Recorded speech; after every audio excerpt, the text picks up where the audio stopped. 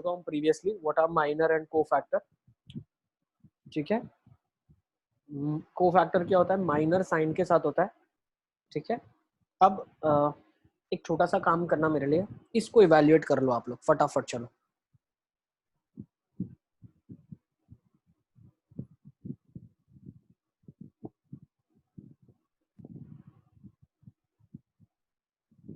फटाफट इसको इवैल्यूएट करो। देखो A11 क्या है, A11 क्या है, कोफैक्टर है 1 1 पोजीशन का। A22 क्या है, A12 क्या है, ठीक है ना, A12, A13, A21, A22, A23, A31, A32, A33, ये सारा निकालो और इनको मल्टीप्लाई करके मुझे बताओ आप क्या आ रहा है, फटाफट बताओ। चलो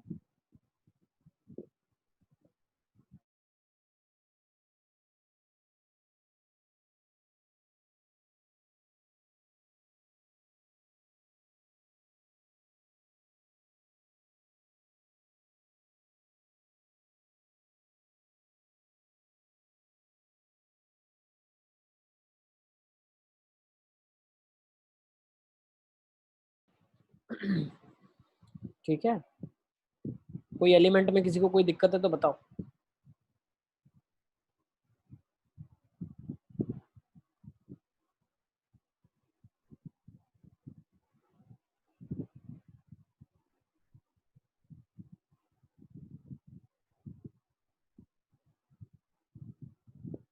सर पहला वाला 248। 248 आ रहा है, अच्छा। दूसरा 240। Okay very good, 248। Second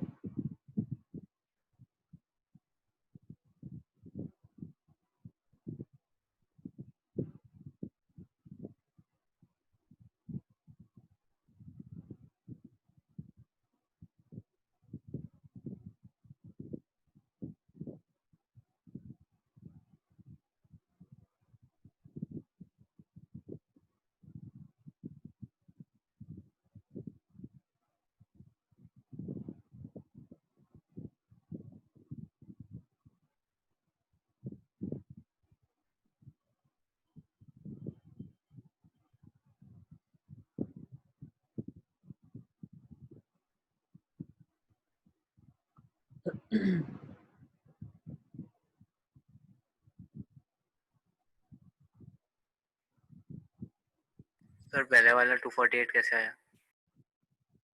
sir दूसरा -76। देख लेते हैं। हेलो। हाँ हाँ बेटा,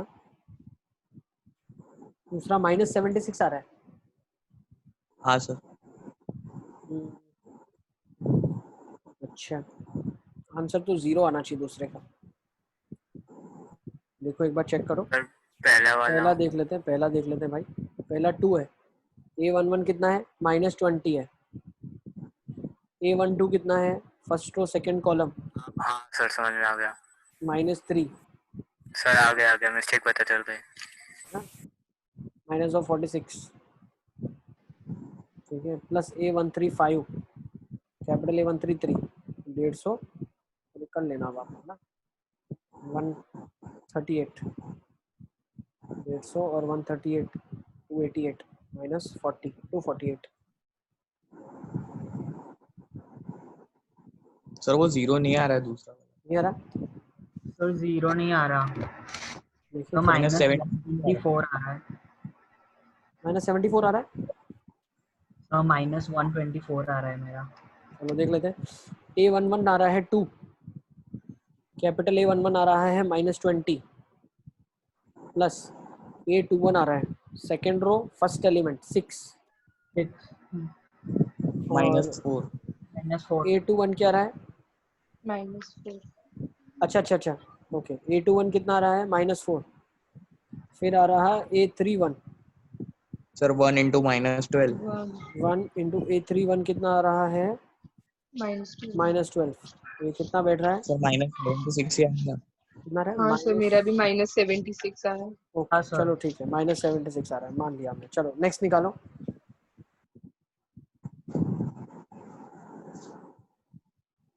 -76 आ रहा है, ठीक है, नेक्स्ट निकालो क्या आ रहा है।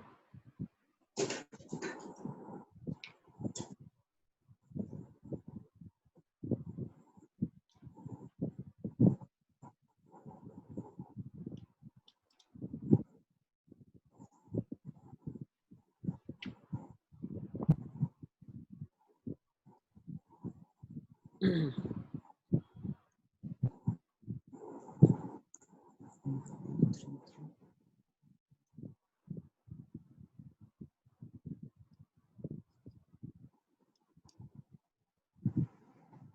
बार सारे के सारे कोफैक्टर्स आपने देख लिए होंगे। 270 सारे के सारे कोफैक्टर्स चेक कर लिया आपने, यही आ रहे हैं क्या?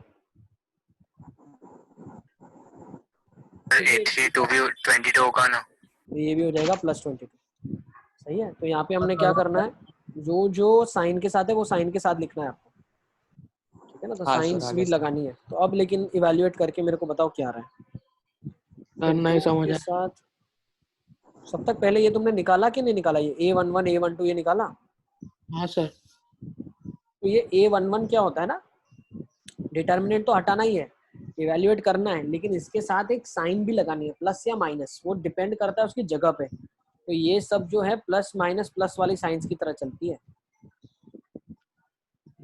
ठीक है ना। तो जो तुम अभी तक निकाल रहे थे बिना साइन के वो माइनर कहलाता है। मैं यहाँ पे आपसे को फैक्टर्स मांग रहा हूँ, A11 A12 A13 ये सारे को फैक्टर है। तो माइनर और को फैक्टर में सिर्फ फर्क इतना है कि को फैक्टर के साथ एक साइन आता है, ठीक है ना। सर वो माइनर के साथ एक -13 की जगह +13 होगा, A23। A23, हाँ ये वाला ना, हाँ सर, बस हो गया बस। 13 हो जाएगा। अब इवैल्यूएट करके मेरे को वैल्यूज बताओ कितनी आ रही है, ठीक है ना। इसको इवैल्यूएट करके बताओ वैल्यूज कितनी आ रही है।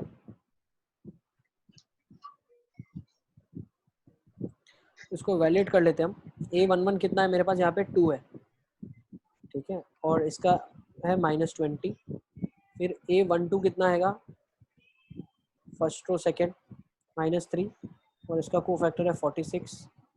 फिर कितना आ जाएगा, A13 आ जाएगा 5 × 30, है ना। तो नेट कितना सर जाएगा 28 आ रहा है। अब्दुल्ला। A11 कैसे निकालते हैं हम, नहीं पता चला, फिर से मैं रिपीट कर रहा हूँ आपके लिए। फर्स्ट रो फर्स्ट कॉलम हटाओ, जो डिटरमिनेंट मिलेगा उसको इवैल्यूएट कर लो बस, ठीक है ना। तो यहाँ से क्या आ जाएगा -20, इसीलिए ये -20 मिला, ठीक है। जो को फैक्टर निकालना है वो रो कॉलम को हटाओ, जो डिटरमिनेंट आता है उसको इवैल्यूएट कर लो, और उसके साथ एक साइन लगा दो, उसकी जगह वाली साइन, ठीक है ना। डिटरमिनेंट इवैल्यूएट करके प्लस या माइनस का साइन उसके साथ लगेगा, वो डिपेंड करता है वो कौन सी पोजीशन पे है, ठीक है। डिटरमिनेंट्स की पोजीशंस मैंने आपको पढ़ाया था जब, अगर आपको याद है। इसकी प्लस होती है, माइनस होती है, plus minus plus minus plus minus plus होती है, ये पोजीशंस होती है, ठीक है ना। ओके अच्छा, नेक्स्ट ये कितना आ गया, ये कितना आ रहा है बेटा, 1 ये आ रहा है -40, और ये आ रहा है -138 और 150, हाँ है सर, ना, मतलब ओवरऑल माइनस -28। -28। और नीचे वाला कितना आ रहा है,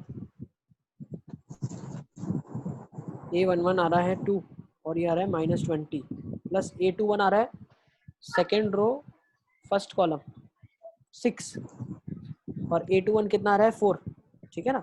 और A31 कितना आ रहा है 1, और ये आ रहा है -12। नेट कितना बना, -40 प्लस 24 -12, सही है। ये कितना आ रहा है, -28 आ रहा है, सही है ना।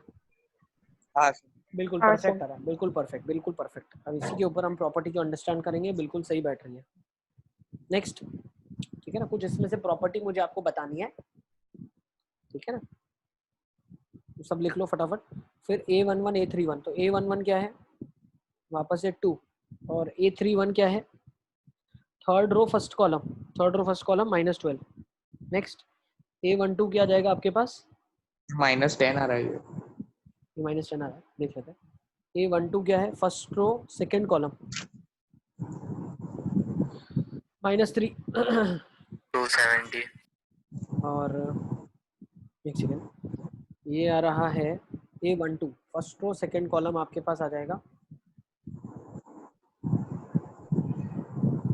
-3, और A32 कितना आएगा 22, और 5 × A33 18। ओके, A33 आ जाएगा 18। यहाँ से कितना आ रहा है मेरे पास, 0 आ रहा है ना, देखो 0। 0 आ रहा है, बिल्कुल ठीक है, 0 ही आना चाहिए, 0 आ रहा है, 0 ही आना चाहिए, बिल्कुल ठीक है। नेक्स्ट फोर्थ वाला कर लो कुछ, फोर्थ वाला सब बच्चे मेरे साथी हैं, सबको पता चल रहा है हम क्या कर रहे हैं? सर हाँ बेटा, थर्ड वाला नहीं पता चला, 0 कैसे आ गया? ये देखो ना, सर -66 -24 तो -90 -90 होगा। और हाँ 18 सर आ 5 गया। 90 है ना। देखो कोई भी स्टेप में आपको नहीं पता चल रहा है पूछो मुझे, है ना, सब बच्चों के लिए बोल रहा हूँ मैं, ठीक है। सब तक सब पता चल रहा है, क्योंकि इंटरेक्ट करोगे, इन्वॉल्व होगे तो आपको समझ आएगा, ठीक है। समझने की कोशिश करोगे तो सब समझ आएगा। नेक्स्ट A11 कितना है? A11 आपके पास 2 है, कैपिटल A11 -20 है। यस बेटा, 4 -1 क्या आ रहा है? मृगा का आवाज मुझे हमेशा ही कम आता है। हाँ मृगा बताओ। 112 112 आ रहा है, -1 बस ठीक है ना, हाँ -112, सर।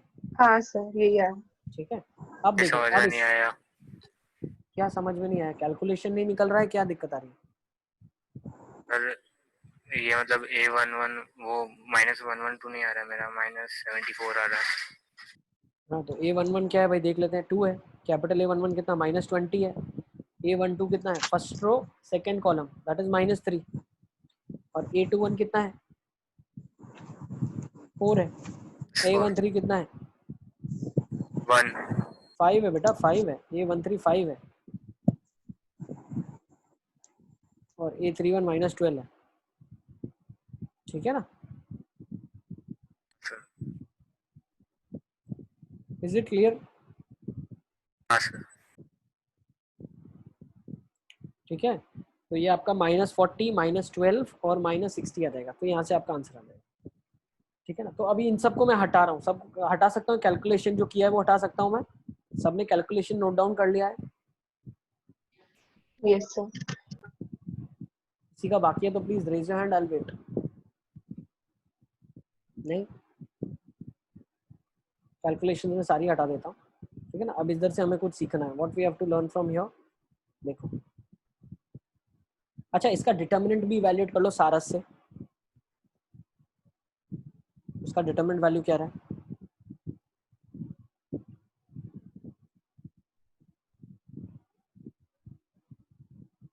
इसका डिटर्मिनेंट वैल्यू कितना आ रहा है?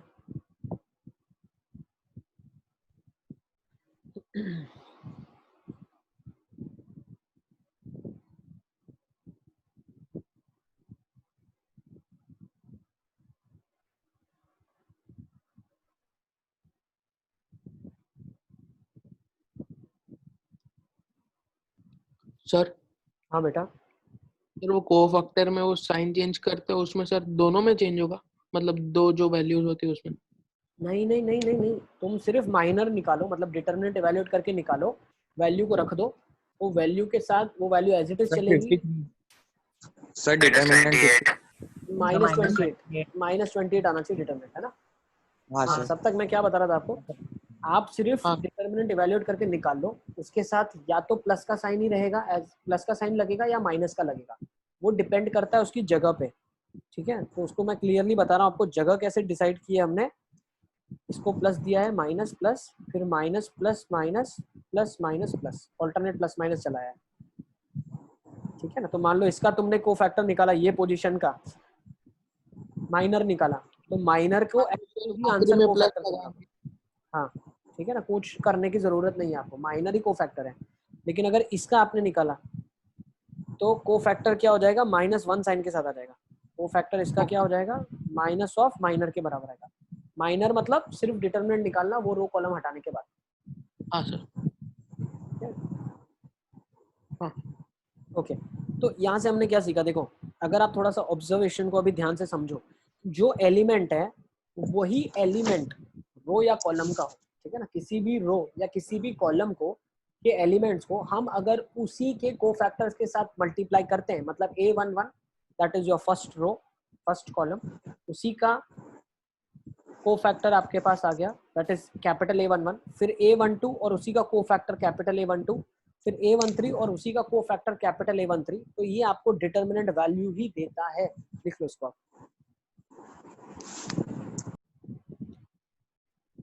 ठीक है, लिख लो इसको आप। What we are saying over here, element with its sir cofactor, element with its cofactor, element with its cofactor gives you determinant value. Yes बेटा, सर एक बार खाली वो सेकंड कॉलम के अक्रॉस ओपन करके बता दो। इसके अक्रॉस ओपन करना है second sir column, second column ये वाला -3 0 और 5। ये आ जाएगा 3 इंटू -42, 3 इंटू -42 -4, हाँ नेक्स्ट सर आ गया है ना। आ गया सर, आ गया, गलती पता चल। ठीक है, तो अब मैं क्या बोलना चाह रहा हूँ, मान लो आपने रो 1 लिया, ये A11 A12 A13 का मतलब क्या है, first row first column, first row second column, first row third column, मतलब इसकी बात कर रहे हैं।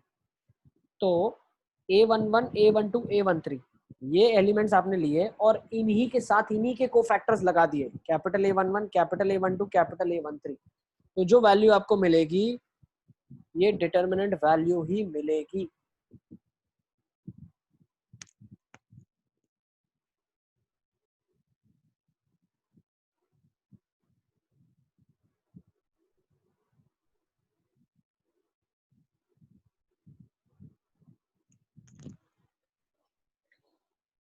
Is it clear?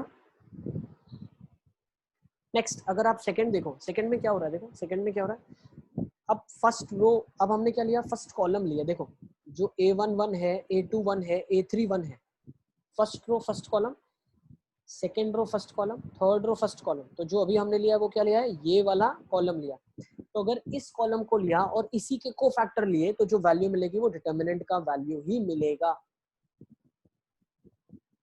क्लियर? तो हम यहाँ से क्या बोलना चाह रहे हैं, हम बोल रहे हैं जो रो आपने ली वही कोफैक्टर्स को भी लिया साथ में तो डेल्टा मिलता है। अगर दूसरे केस में क्या होगा, देखो ये केस हमने समझ लिया, if you take a row and you take those cofactors you get delta. But if you take for example, हमने लिया है फर्स्ट रो को, ठीक है ना, A11 A12 A13 मतलब ये फर्स्ट रो के एलिमेंट्स को लिया, और अब जो हमने मल्टीप्लिकेशन किया वो किससे किया, थर्ड रो के कोफैक्टर्स के साथ किया। देखो A31 A32 A33, so when you multiply elements of a row with the cofactors of another row then the value obtained is 0. is it clear? हमने क्या किया, फर्स्ट रो के एलिमेंट्स को थर्ड रो के कोफैक्टर्स के साथ multiply किया तो मेरे को जो वैल्यू मिली वो क्या मिलेगी, 0 मिलेगी। ठीक है, अभी मैं फर्स्ट रो के एलिमेंट्स को सेकंड रो के कोफैक्टर के साथ भी मल्टीप्लाई करूंगा तो भी 0 मिलेगी। ये आप घर पे अपने सेल्फ सेटिस्फैक्शन के लिए आप कर सकते हो, ठीक है ना, अपने प्रैक्टिस के लिए। अब जो फोर्थ चीज है ये क्या है, देखो अगर मैं फर्स्ट रो के एलिमेंट्स की बात करूं और जो कोफैक्टर्स मैंने लिए हैं A11 A21 A31 मतलब first row elements multiplied with first column और सेकंड कॉलम और थर्ड कॉलम, मतलब रो का कॉलम के साथ अगर हमने मल्टीप्लिकेशन किया तो जो आंसर मिलेगा वो गार्बेज वैल्यू मिलेगी। ये कोई फिक्स नहीं होती है और ये कोई काम की वैल्यू भी नहीं होती है और हम इसको स्टडी भी नहीं करेंगे, ये हमारे कोई काम के लिए नहीं, this is of no use. Sir third वाला एक बार बता दो। थर्ड वाला क्या है, elements of a row multiplied with cofactor of another रो,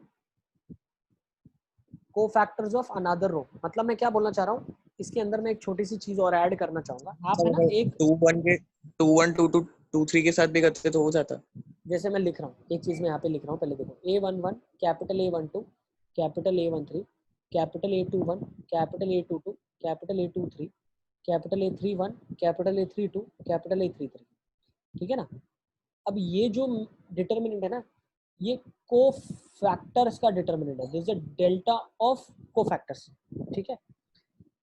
अब आप समझो, ठीक है ना, अब आप मुझे बताओ आप क्या चाहते हो। अगर मैं फर्स्ट रो के एलिमेंट्स को फर्स्ट के साथ मल्टीप्लाई करूंगा ना, डिटर्मिनेंट में जब मल्टीप्लिकेशन सीखा था हमने, तो फर्स्ट का फर्स्ट से मल्टीप्लिकेशन करूंगा ना तो जो वैल्यू मिलेगी डेल्टा मिलेगी, और अगर फर्स्ट का मैं थर्ड के साथ मल्टीप्लिकेशन करूंगा ना तो वैल्यू मुझे 0 मिलेगी, और अगर फर्स्ट का मैं फर्स्ट कॉलम के साथ करूंगा ना तो वो प्रेडिक्टेबल नहीं है, वो कुछ भी गार्बेज वैल्यू मिल सकती है।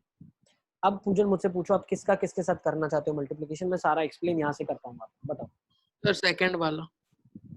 सेकेंड वाला मतलब सब तक किसको किससे मल्टीप्लाई करना चाहते हो आप, ये बताओ। सेकेंड वाले में क्या हुआ, देखो सेकेंड वाले में क्या हुआ, ये जो लिखा हुआ है ना ये एक्चुअली ऐसे लिखा है A11 A12, जो इसको मैं इंटरप्रेट कर रहा हूँ एलिमेंट्स को,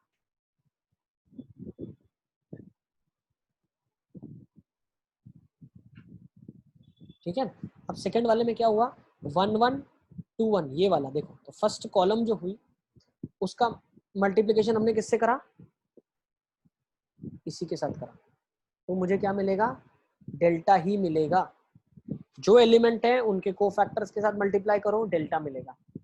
जो एलिमेंट्स हैं उनके अलावा के साथ मल्टीप्लाई करो, मतलब आपने क्या, मान लो ये फर्स्ट लिया और इसका मल्टीप्लिकेशन ये थर्ड वाले के साथ किया, तो आंसर 0 मिलेगा। और यही कॉलम का आपने किसी भी रैंडम रो के साथ कर दिया तो आंसर गार्बेज वैल्यू मिलेगी।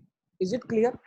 सर मतलब सेम का करेंगे तो डेल्टा, फिर एक फर्स्ट और थर्ड का करेंगे तो हाँ, सेम जीरो का करेंगे तो डेल्टा, किसी भी और का करोगे तो क्या मिलेगा आपको, 0। और रो कॉलम अगर उल्टा कर दे, भाई रो का कॉलम के साथ किया है, कॉलम का रो के साथ किया, तो गार्बेज वैल्यू। किसी भी गिवन रो का किसी भी उसी के कोफैक्टर के साथ किया तो डेल्टा, गिवन रो का किसी और रो के साथ किया तो 0, रो का कॉलम के साथ किया तो गार्बेज वैल्यू। ठीक है, ठीक है। तो ये 4 चीजें हमारे पास ऑब्जर्वेशंस आई और इसी के ऊपर हमने कोई नोट भी लिख रो लिया। कॉलम। किसी भी रो कॉलम, किसी भी रो का उसी के कोफैक्टर के साथ मल्टीप्लाई करो, आंसर हमेशा डेल्टा आएगा। रो का किसी और रो के साथ करो 0, रो का कॉलम के साथ करो गार्बेज वैल्यू। तो ये लिखा हुआ है, इसको थोड़ा बहुत अच्छे से समझेंगे अपन।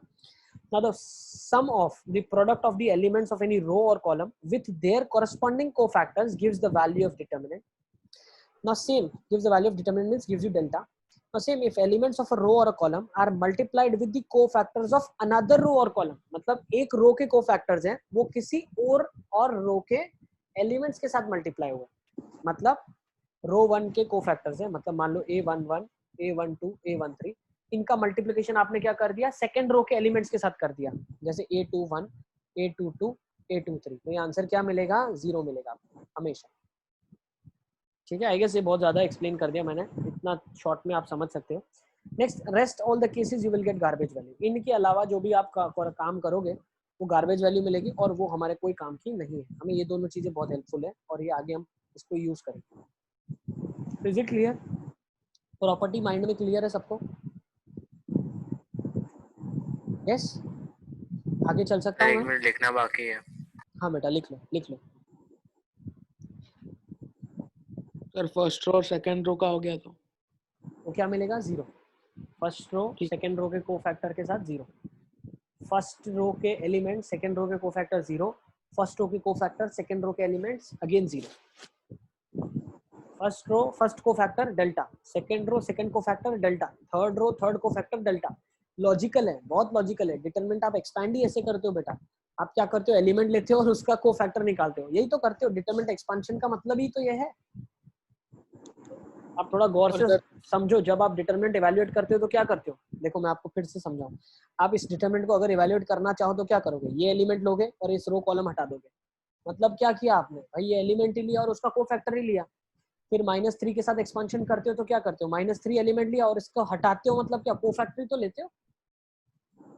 फिर और एक माइनस भी लगाते हो, याद करो। फिर 5 के साथ इवैल्यूएट करते हो तो क्या करते हो, 5 निकालते हो और फिर बाकी जो बचा डिटरमिनेंट उसको सॉल्व करते हो।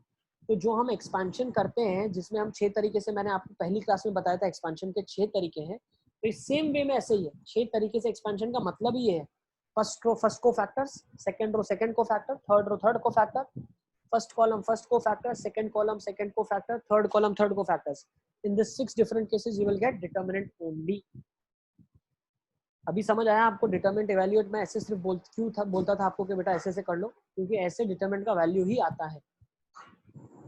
ठीक है, तो जो अभी तक आप करते हुए आ रहे थे वो अभी हमने जस्टिफाई कर दिया था कि ऐसे करते हैं हमेशा। क्यों? क्योंकि डिटरमिनेंट वैल्यू ऐसे ही मिलती है।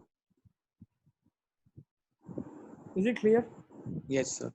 हाँ सर एक मिनट। हाँ, लिख लो।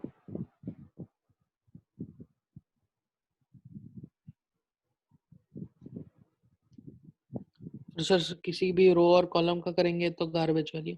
रो और कॉलम तो गार्बेज, ठीक है, और उसका कोई यूजेज भी नहीं है हमारे पास, हम कैलकुलेशंस में कोई उसका मतलब नहीं। अब देखो, ये बहुत अच्छे समझने मिलेगा आपको। देखो इधर से एक बहुत अच्छी प्रॉपर्टी हम निकालने वाले हैं। See, if delta dash is the determinant formed by the cofactors, तो ये डेल्टा डैश है। तो जब मैं डेल्टा डैश का डेल्टा के साथ मल्टीप्लाई करूंगा तो क्या डिटरमिनेंट बनेगा, देखो बहुत अच्छी चीज बनेगी। क्या होता है मल्टीप्लिकेशन ऑफ डिटरमिनेंट्स, हमने सीखा है। फर्स्ट रो और इसकी फर्स्ट रो मल्टीप्लाई करूंगा तो फर्स्ट एलिमेंट मिलेगा। फिर ये फर्स्ट रो का मल्टीप्लिकेशन इसके साथ करूंगा तो क्या मिलेगा, जीरो, याद करो जीरो मिलेगा ना, को फैक्टर फर्स्ट रो के और मल्टीप्लिकेशन सेकंड रो से कर रहा हूँ तो आंसर जीरो आएगा। फिर वही थर्ड रो के साथ तो आंसर क्या आएगा, जीरो। फिर ये देखो, फिर मैंने क्या करा, देखो सेकंड रो के जो एलिमेंट्स है उसके फर्स्ट रो के एलिमेंट्स के साथ मल्टीप्लाई, क्या मिलेगा, जीरो। फिर सेकंड के साथ क्या मिलेगा, डेल्टा। फिर सेकंड के थर्ड के साथ जीरो, फिर थर्ड का फर्स्ट के साथ जीरो, थर्ड का सेकंड के साथ जीरो, थर्ड का थर्ड के साथ डेल्टा। तो जब मैं मल्टीप्लिकेशन करता हूँ भाई, डेल्टा डैश एक डिटर्मिनेंट है जो कोफैक्टर से बना हुआ है, डेल्टा गिवन डिटर्मिनेंट है अपने पास जिसका हमको एक्सपांशन करना है, तो मिलके ये वैल्यू किसके बराबर है। अब देखो जब इसको इवैल्यूएट करोगे डिटर्मिनेंट को तो क्या मिलेगा, delta with delta delta, delta cube. Is it clear. तो अगर मैं यहाँ से डेल्टा को काटूं, मैं काट सकता हूँ, क्यों काट सकता हूँ, क्योंकि बेटा ये एक वैल्यू होती है, ये भी एक वैल्यू है, ये भी एक वैल्यू है। तो वैल्यू क्यूब के साथ है, वैल्यू एक बार लिखी हुई है तो वैल्यू तो कट हो सकती है ना। तो delta dash is equal to delta square. इससे हमें क्या सीखने मिला, हमें ये सीखने मिला कि अगर आप कोफैक्टर का डिटर्मिनेंट कहीं देखते हो, ठीक है ना, ये बहुत इंपॉर्टेंट कॉन्सेप्ट है, ठीक है ना। अगर कोफैक्टर का कहीं डिटर्मिनेंट आपको दिखता है तो उसकी वैल्यू गिवन डिटर्मिनेंट जिसका कोफैक्टर बनाया गया है उसका स्क्वायर होगी। Is it clear.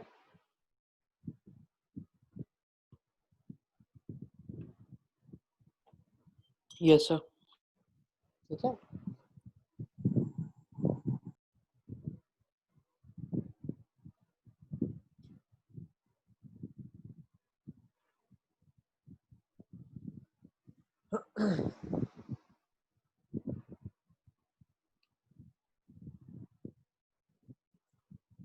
चलें आगे क्या,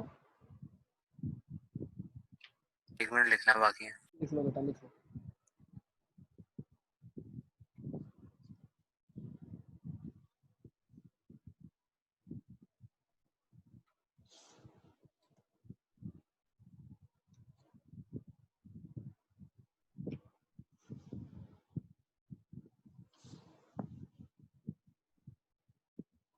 फिर वो नीचे क्या लिखी हुई लाइन, क्या हुआ बेटा, लास्ट लाइन। ये जनरलाइज हमने करा है, जनरलाइज करा है भाई। यहाँ पे अगर डिग्री 4 होगा भाई, 4x4 होगा तो 4x4 का ये कैसे बनेगा, डेल्टा 0 0 0 0 डेल्टा 0 0 0 0 डेल्टा 0 0 0 0 डेल्टा। इसका एक्सपांशन क्या होगा, डेल्टा 4 होगा और यहाँ पे डेल्टा डैश डेल्टा होगा। तो डेल्टा डैश कितना